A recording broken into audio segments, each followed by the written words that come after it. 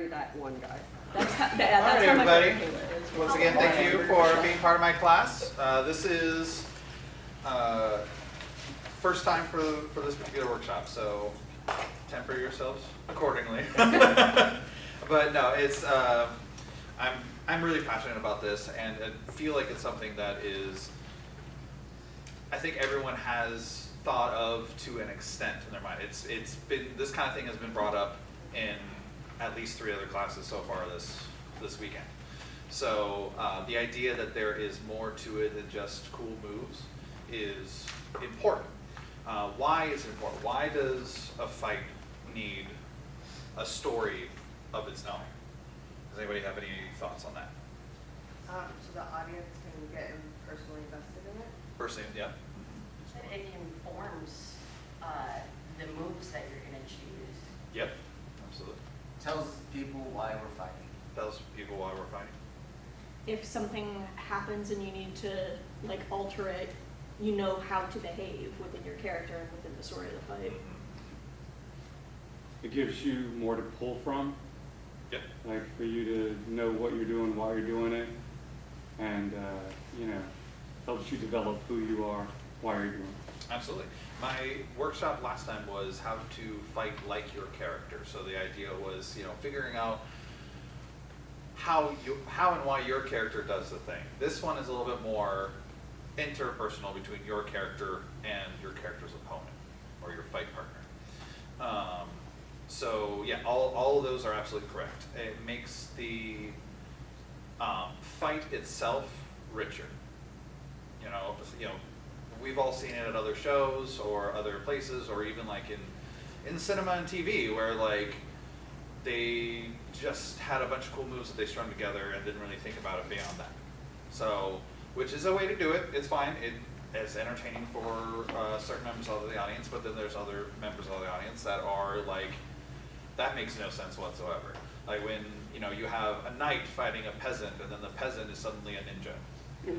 Like that doesn't, it kind of ruins the continuity and breaks the immersion of watching the show. You know, suspension of disbelief. Everyone knows no one is actually getting stabbed and killed here, but at the same time, if you make it hard for them to be like, yeah, that makes sense. No, that doesn't make sense. Like people will check out immediately. So yeah, it makes it richer. It makes it more story. As we were saying, it informs your character and their motivations for why we're being here, which we'll go into in a moment. It does tell the audience a lot. It can provide a lot of not only subtext, but in a lot of ways, context. Chessboard, you need at least 32 pieces, right? That's 32 characters that you've done months of rehearsal, developing your character and everything, and there's only 2 to 3 30-minute shows that has an overall story of its own, and your character gets missed. If you can go do lane work in between the scenes, great, wonderful, and certain amounts of the audience will get some of that. But even if we can just tell a little bit of our own stories within our own fight, all that character work shows through in some way. It makes it matter. It makes it matter, and it absolutely does. It creates a silent dialogue. And the idea here is that you're telling the story without words, not speaking during our fight. A lot of us, you know, chessboards, in order to do it, have to be huge. And then, you know, if your company is the type that tries to get the audience to cheer as much as freaking possible, they can't really hear your dialogue, but they can see your body language. They can see your facial expressions. There's so much more to say that your words don't even, like you can't really even use words a lot of times. So I kind of put a little acronym together because I'm cheesy and extra like that. Having a story within your fight shows why every character is great. G-R-E-A-T. It's better than crack. Huh? It's better than crack, the other acronym. Hey. But yeah, the first one, this isn't in any particular order, I just wanted something that made an actual word. Yeah. My name's AJ, by the way, and I like initials and acronyms. So yeah, G stands for goals. You know, what is your character's goal in this fight? It could be anything. It could be, I want to win this square for my king. Or it could be, I just don't want to die. Or I have beef with this other character and I'm looking forward to taking out of them in front of all these people. There's a lot of different goals that could be there. I actually want to kill that person. I just want to cause them as much pain as possible. I don't even know this person, I don't care, I just need to get the job done.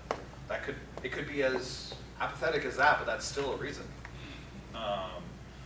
So knowing what your character is trying to get out of this will inform how your character approaches it.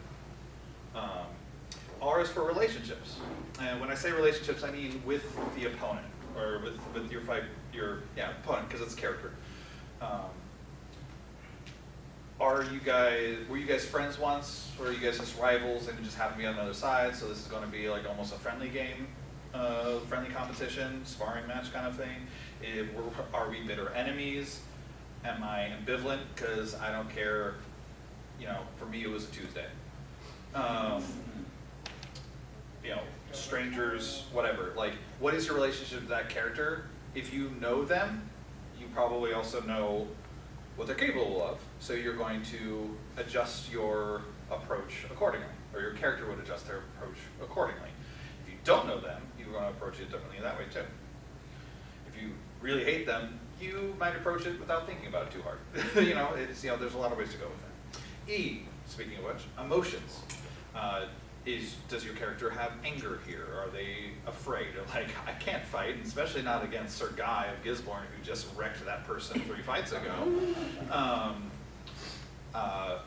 Is it, you know, I'm like, oh, this is going to be fun, this is going to be a great challenge. You know, a lot of the characters have different emotions about being in a fight. There's a lot of characters that are like, I'm a peasant, why am I fighting for the king? I've never fought in my life, but it's something.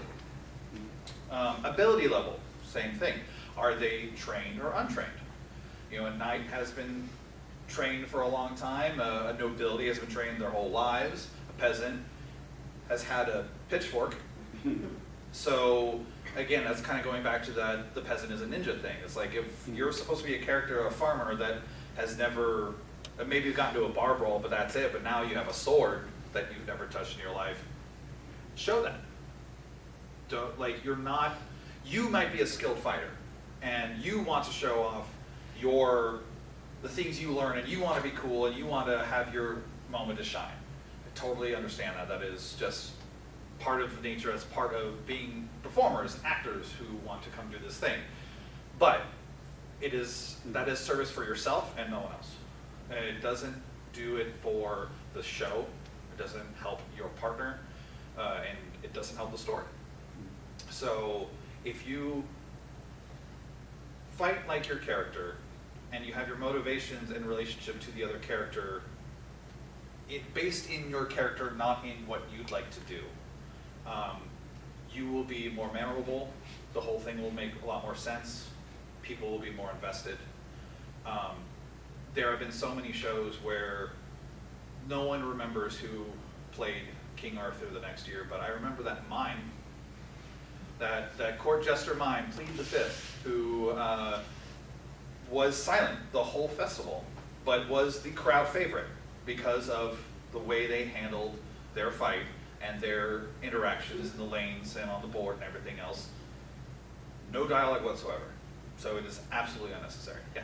And it's like my very first experience with a chessboard, my very first experience with Lance was attending Brothers Grimm. The one thing I clearly remember, not any of the fights, it was Charles rolling around in the dirt, being a dirt child Rumpelgeist. Mm-hmm. Yeah, absolutely. If you really commit and like really consider these things, you can steal a show. Try not to steal a show, but you know, if everyone's trying to steal a show, then everyone's doing great. Yeah. I keep hearing people talking about like ego and wanting to look badass and whatnot. Like, personally that it shows more skill to be able to be a good fighter and then to come off as a character who can't fight. Absolutely. Or who is goofy or something. Like, I'm not skilled enough to do that. I know that, and that's something I'm working toward. And I think that's something that like we should also be proud of if we have that ability to switch between characters and styles and skills. I agree. I say all the time that it is so much harder and is so much more impressive to lose well. You, like, if you could be a really badass fighter and do a cool move, and like, that's great and all, but like, if you make me believe that you are in pain and are going to be injured for the rest of your life because of the things that have happened to you, then that impresses me more. Like, you can, we were talking about it yesterday in the wrestling class, like, you can throw the cleanest, most technical, powerful punch in the world and make sense for your character and everything else, and if they're just like, took all the power away from that. So selling is more important. Like, if you had to pick one, I would choose to sell bigger, lose harder, than having the attacks look better. Because people want to see people get wrecked. They want to see people do cool moves, but they want to see the other person take that cool move and, and regret it. So yeah. But yeah, where are we at? The ability level. Yeah, you could be a street fighter. You could be a court fighter. You could be a, assassin. There's, your ability level affects how you're going to move and how you're going to approach this opponent. And traits, personality traits. Like, is your character arrogant? Are they kind of skittish? Are they confident, devious, clever? There's so many, in any combination of these. It doesn't have to be just one thing. But the way you approach it, like, you may know, like, my character is a skilled fighter, but they know the other one is more skilled. But my character is an arrogant prick, so he's not going to believe that. That's a whole nother level of it, going like, you're a skilled fighter, so now I'm going to approach this differently, which is a step, but taking it a step further, going, nah, but I'm also full of myself, so. So these are some of the main categories. There are other elements that you can add to it as well. Whatever makes sense of, like, how would this character interact with that character, both in just as characters and in a fight. Because, like, you might run into this character again later on in the lanes, or you might have had an interaction in the lanes that will then inform what happens in the board. So all these little pieces add up. So that's what we're going with there. Yeah, so story structure. So we talk about why do we need a story, right? Story structure, I like to talk about, there are a lot of ways to do it. It's just like writing for a book or a novel or a comic or anything like this. Like, there's story structure. I generally like to do it in 3 parts because, everything in threes. Threes are just like a number that humans gravitate towards. But it doesn't have to be. It could be 2 parts. It could even be 1 part.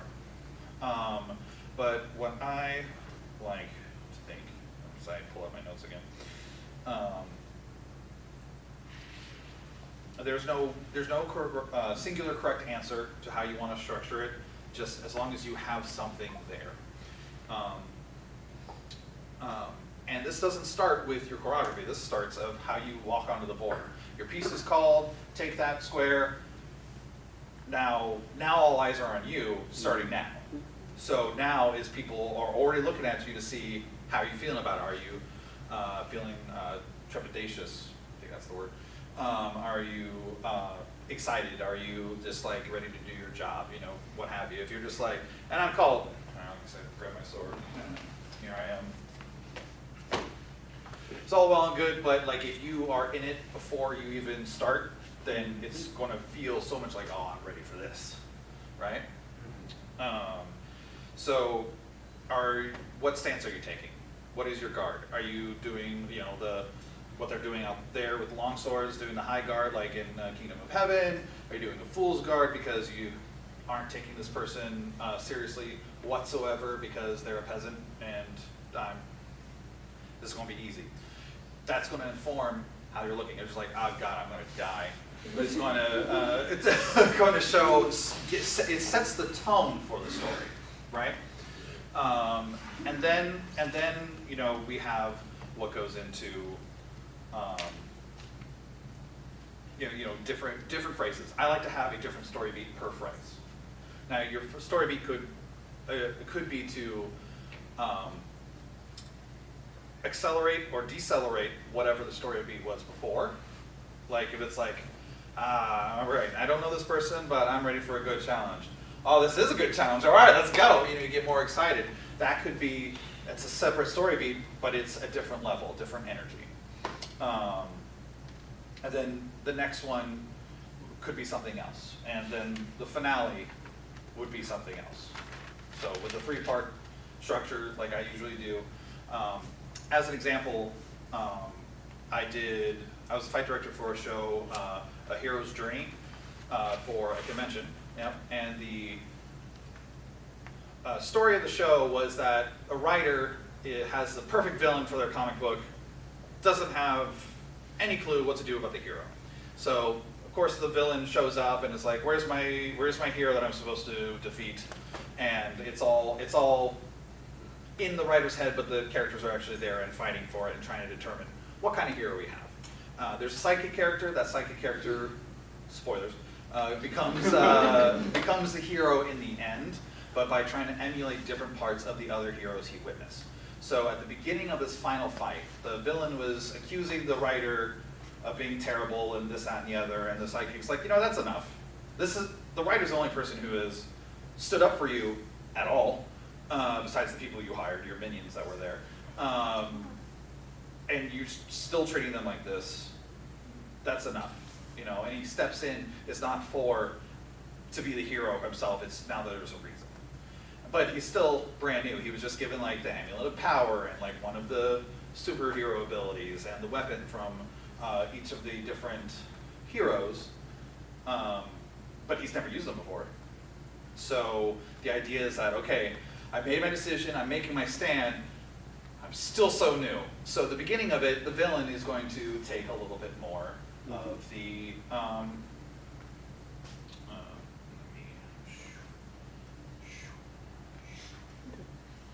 right, so this is the on guard. This is Act 1, Act 2, or Phrase 1, Phrase 2, and then the finale.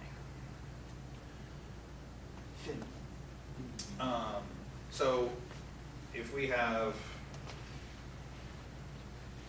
again, this is where this class is still experimental, but this is what it makes sense in my head. So the hero, switch colors because that's fun. The hero might, the sidekick, he's very green but very confident that like this is the right thing to do. So he might be, you know, starting down here. He's getting ready. He has some combat experience, but the villain is supposed to be like this incredible villain. The villain is going to be like, yep, this is going to be easy. You better entertain me, or else it's going to be worse for you. That kind of thing.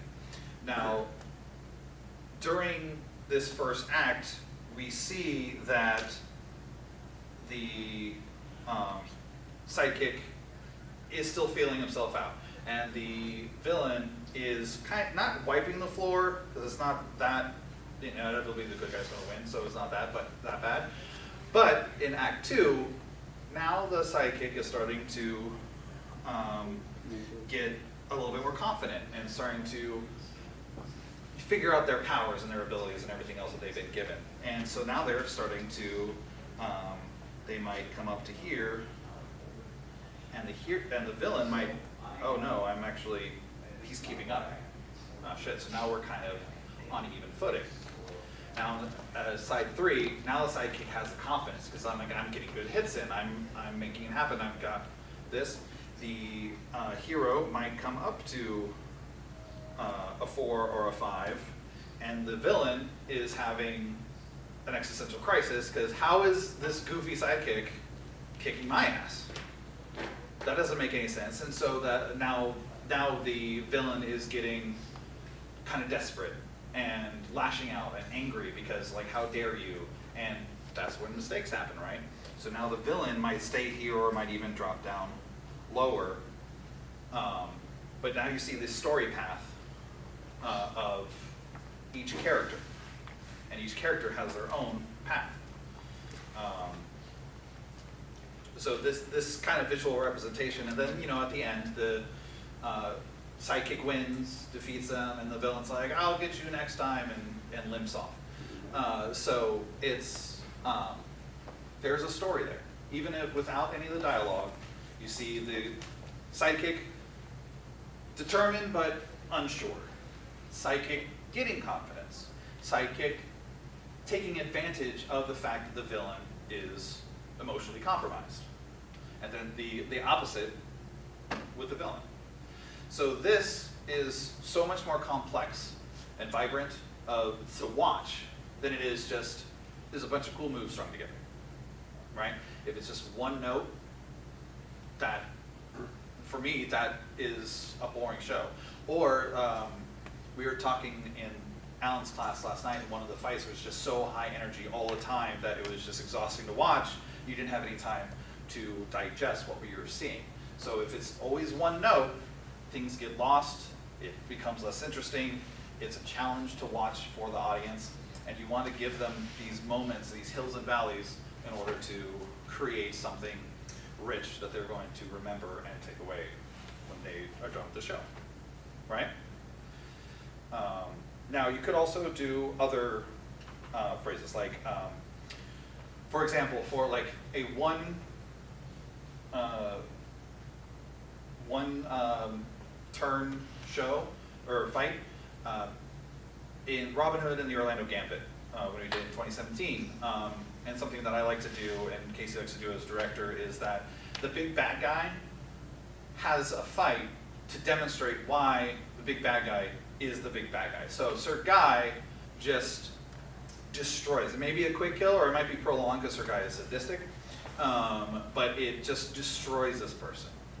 All right, so it is kind of one note, but you see someone like, I'm gonna get it, and like that person will have, like the villain might stay at a 5 the whole time because they're that good against the peasant, and the peasant's like, okay, I got this, I don't got this, I don't got this, oh God, I'm bleeding. So that will still have its own levels. But the purpose of this was to show the audience, to tell the audience, he's as good as he says it is. He is. It's not bluster. If anything, it might have been understated, and that's kind of terrifying. But that has a purpose. Then two-act thing. Also in the Robin Hood, the Orlando Gambit, my character, Will Scarlet, was fighting against the sheriff's wife. The sheriff's wife is supposed to be this somewhat drunk, kind of irritating, annoying, yet also evil character. Will Scarlet, very flashy, suave, very full of himself. So my character went in going, a lady, like I'm just going to have fun with this one. And then at first, I'm doing teasing, do a smack with my dagger on the way moving past, do the little spin, something like that. And then she gets pissed off and just starts raging Hulk smash and just destroyed me. At the end of the fight was just slamming my face into the ground several times and laughing maniacally. So that, at first, I thought I was on top, and then the expectations of the audience was like, she's drunk and loud, this is going to be fun. Oh, holy shit, oh God. So there's just one turn, but that is the story. You could do more than 3. I don't necessarily recommend it unless it's for like a final fight. And it's supposed to be a little bit longer, a little bit more engaged and in depth. That I also would rather have longer phrases than a bunch of short phrases. That's just my personal preference. But I like to think every phrase has its own beat, own story beat. Any questions thus far? No? Yes? You didn't tell them the best part about that fight. The water. not the water in the face. At the end of the fight, she beats the shit out of him, and then she yields. She yields the square. Yeah, because the sheriff had just shamed her and like slapped her on stage and said, "Shut up, woman." And and he was like, she was like, "Okay, I'll go back to my square," and then she has to fight, and so she destroys Will Scarlet and goes, "I yield." Because so it and that in itself is a whole other story. That's another beat happening after the finish. Yeah. So just like the On Guard was something at the beginning, but the finish is equally as important. Like for acting on stage and on proscenium and everything else, I like to try to get in character 3 steps before I walk on stage. I'm already walking on stage as character, and then if say I'm like angry or frustrated or upset, I'm going to be upset until I'm like halfway into the wing before I drop that. Because that if you drop it a little sooner, it's like dropping the ball like 1 yard before the touchdown. It's it just kind of takes it away. It's like, oh God, I've been destroyed, I've been beaten. Okay, time to go back to my side. All right. Yeah. It takes away the immersion. So just because your fight's done doesn't mean your story is. Right? Any other questions? That's good. Sorry. Now, again, every moment for each phrase, like I said, I like to think is a turn, whether it's a reversal, like here, whether it's an escalation or de-escalation of one of the many things we talked about with great. But then the end result is, did the audience get what they expected? Or were those expectations subverted? Did it go a different direction? These are also things to consider, like with the Will Scarlet and Sheriff's wife, the audience thought, drunk, one of the main merry men, obviously we know which way this is going to go. It's going to be a comical fight. Oh God, oh God. So subverted the expectations.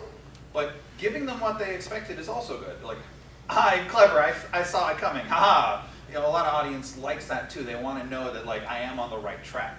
You don't want to subvert all the time. Again, not one note, not one trick the whole time. It's a variety show, like Alan was saying yesterday. Someone was raising their hand. I was just going to say we did the same thing with Bill Stutley and Low and Rake. We had Bill Stutley like hunched over with his cudgel, with his cloak, and he's like, "Oh, we're going to see this old man get beaten to death." And then one breaks in, whips off the cloak, Obi-Wan Kenobi put that twink in his place.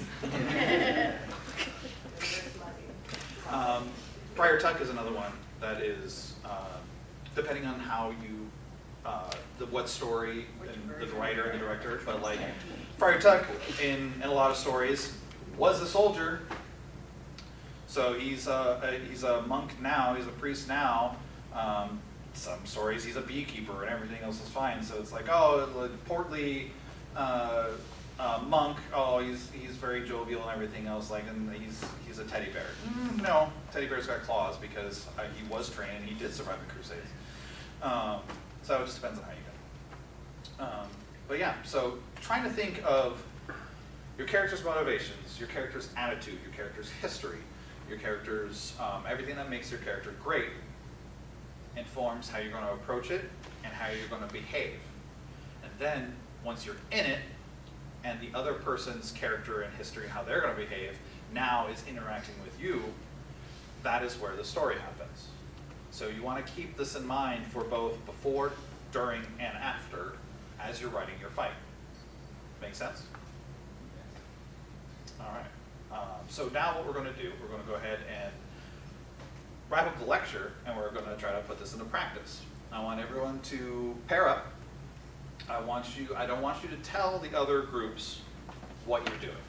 Like I want you to decide on some of the great for your character.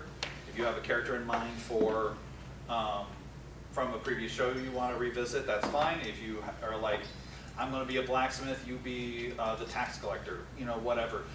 Decide with you and your partner, and if you want help, I'm happy to come over. If you need help with deciding on some of the great elements, I'm happy to help too. Talk about it with your partner, because if you come up like, well, if I'm really good and you're really good, then we could do something like X, Y, or Z, you know, feed off each other, play off each other, or if you need help. The idea here is that at the end of the day, we're going to showcase some of the fights, whoever wants to, and not going to be forced, but we're going to showcase some of the fights. I'm going to have the audience, whoever else is not showcasing, kind of try to guess what some of those elements were. And then we're going to have the fighters explain what their choices were and where they're going. And then, you know, we'll do some kudos or critiques on that afterwards. So a little bit of a not just doing it, but also reading it and being able to tell from each other's experiences. Without dialogue? Yeah, the idea is without dialogue. Your fight, if you have dialogue, maybe 6 words or less total. And not during your moves, please. So how much of this is us taking into account the audience versus like, we don't know who shows up? Like, do we kind of take it to just general tropes that people have from going to fairs, or we know this room is filled with people who have seen a lot of shows and been in shows, and we I would like you to think of it as if you're at you're doing it for telling the story to an audience at the festival. Because yeah, we definitely are looking at things through a very different lens. Right. And like you were saying, like with us having experience, we know losing is harder and losing is more impressive, or at least have strong opinions about it, like I do. And we're also, we can see the gaps and the holes, and like that was a stage combat technique, but most of our audience doesn't have that. So we're playing to the audience. The whole thing is a story for the audience, not a story for your fellow cast members. You have all rehearsal to do that. But never, ever forget, and I see this a lot as well, the trap of we've been spending months with these characters and this fight, and we're having so much fun. We have so many inside jokes, and we're going to continue using those inside jokes because that's hilarious. Because we were there. And the audience, if the audience isn't in on the joke, it's not funny, it's confusing. So always, please, you are not doing this. A lot of us are volunteers when we go to do this, so it is a hobby of ours, but it's a hobby to put on a story for the audience. That is always the main goal. As long as they're having a good time, it doesn't matter if your fight sucks. If they enjoyed it, who the fuck cares, right? So keep the audience in mind always. Okay? As far as weapons are concerned, we can't have steel in here, but if you have experience with any weapons that you want to bring in, we have poly versions of a lot of different ones. You can do unarmed. It's open. I just asked, don't try a new weapon you haven't tried before. The idea is to focus on the story part, not, like that's the skill we're working on, not new weapons. Cool? So find a partner, or 2 if you guys want to do a story that way too, that's fine as well. So if there's an odd number, that's fine. Do 1 versus 2 or 1 versus 1 versus 1. It's fine. So yeah, go ahead and break. Use this space in here. Sunny, we can use the other rooms because Longsword's outside in the heat, so we got the whole thing.